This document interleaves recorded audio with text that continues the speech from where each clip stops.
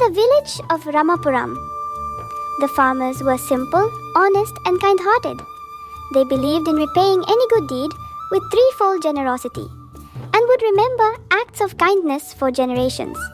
However, their innocence made them easy prey for three cunning men who thrived by deceiving them: Kanakachari, the village clerk; Sharapaya, the money lender; and Varadachari, the village doctor.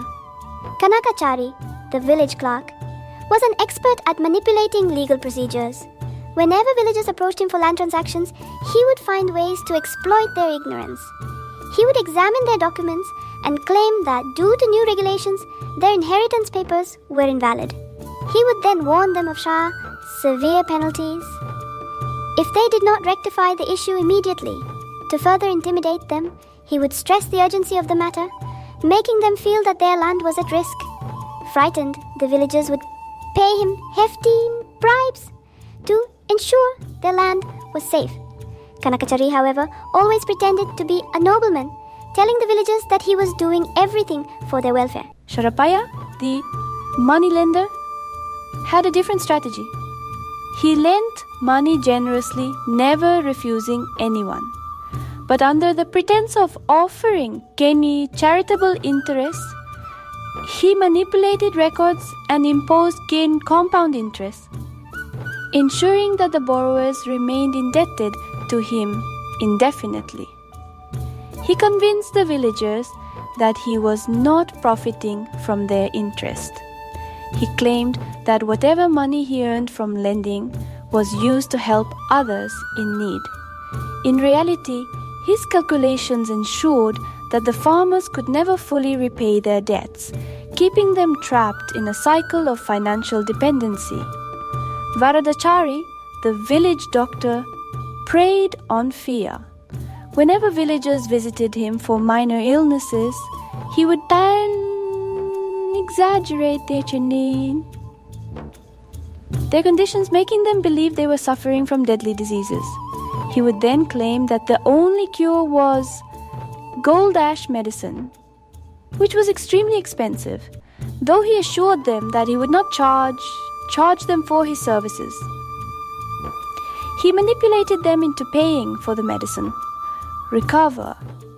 These three men, each in their own way, exploited the simple villagers and lived luxuriously at their expense. One day, Kanakachari's son Narahari fell severely ill. Varadachari arrived at Kanakachari's house and Adi examined Narahari's pulse. After a long pause, he frowned deeply and announced that the condition was far worse than expected. According to him, Narahari was suffering from a rare and fatal fever. He warned that the boy had very little time left and that the only cure was gold ash medicine. This medicine required 4 tolas of pure gold, which had to be burned and processed into medicinal ash. Kanakachari's heart sank at the demand. 4 tolas of gold was an enormous amount. He hesitated and suggested taking Narahari to a city hospital. His wife, Kamakshama, could not bear the thought of losing their son.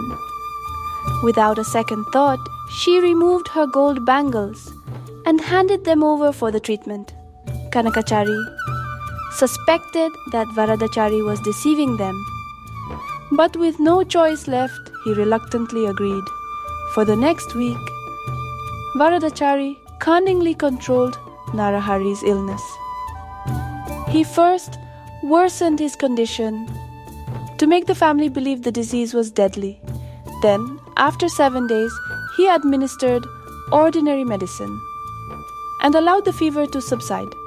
By the second week, Narahari had fully recovered.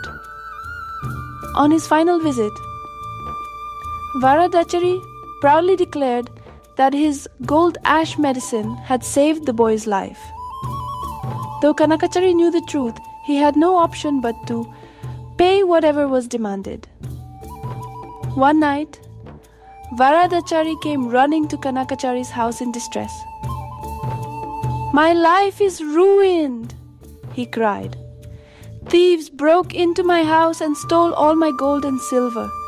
But more importantly, they took the land title for my daughter Lakshmi's 5-acre coconut orchard. I had planned to give that orchard as dowry for her marriage. What will I do now? Kanakachari saw an opportunity. Pretending to be concerned, he lowered his voice and spoke gravely. This is worse than you think. I just received a complaint from the capital that your land title is fraudulent. They claim you forged the document by getting your sister's fingerprint after her death. The officials want me to investigate. If this is true, you are in serious trouble.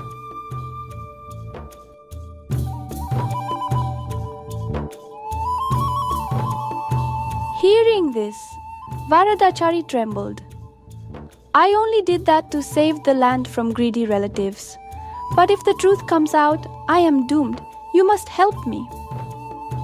Kanakachari thought for a moment and then said, Your daughter can't claim the land without the original document. If you want to recover it, Varadachari, now desperate, nodded. I'll do whatever you say, but the thieves took all my money. How will I pay you? Don't worry. Our moneylender Sharapaya will lend you the amount. You can repay once you recover your land. Seeing no alternative, Varadachari reluctantly agreed. The next midnight, Varadachari's house mysteriously caught fire. Villagers rushed to put it out, but everything burned down. His wife wept bitterly. Oh no, our house and all our belongings are gone.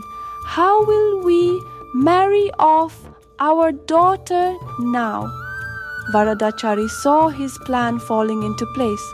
We cannot live in this cursed village anymore. I provided free medical care for everyone, yet they burned my house. I have nothing left. We must leave at once. He dramatically stormed out with his wife and daughter. The innocent villagers, unaware of the scam, felt guilty. Sharapaya, seizing the moment, intervened. Varadachari, don't leave. We will all contribute and build you a better house. The villagers immediately started pledging donations, unaware that Sharapaya had converted their generosity into high-interest loans. Within minutes, a significant amount was raised, enough for a grand house. Within 2 months, a new mansion was built for Varadachari. One day, Sharapaya visited Varadachari. So, is your problem solved now? He asked. Yes, but why did you help me? Varadachari inquired. Sharapaya chuckled.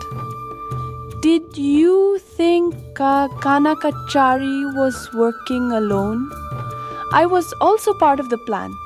I loaned money to the villagers, knowing they would repay with interest. Meanwhile, Kanakachari planned to marry your daughter to his son. Once that happens, your coconut orchard will belong to his family. That's his gain. Varadachari was stunned but impressed. You outsmarted even me. Fine, I agree to the marriage. Soon after, Kanakachari's son and Varadachari's daughter were married in a grand ceremony. Thus, the three tricksters continued deceiving the village, while the people, though slow to realize, had taken their first step toward freedom.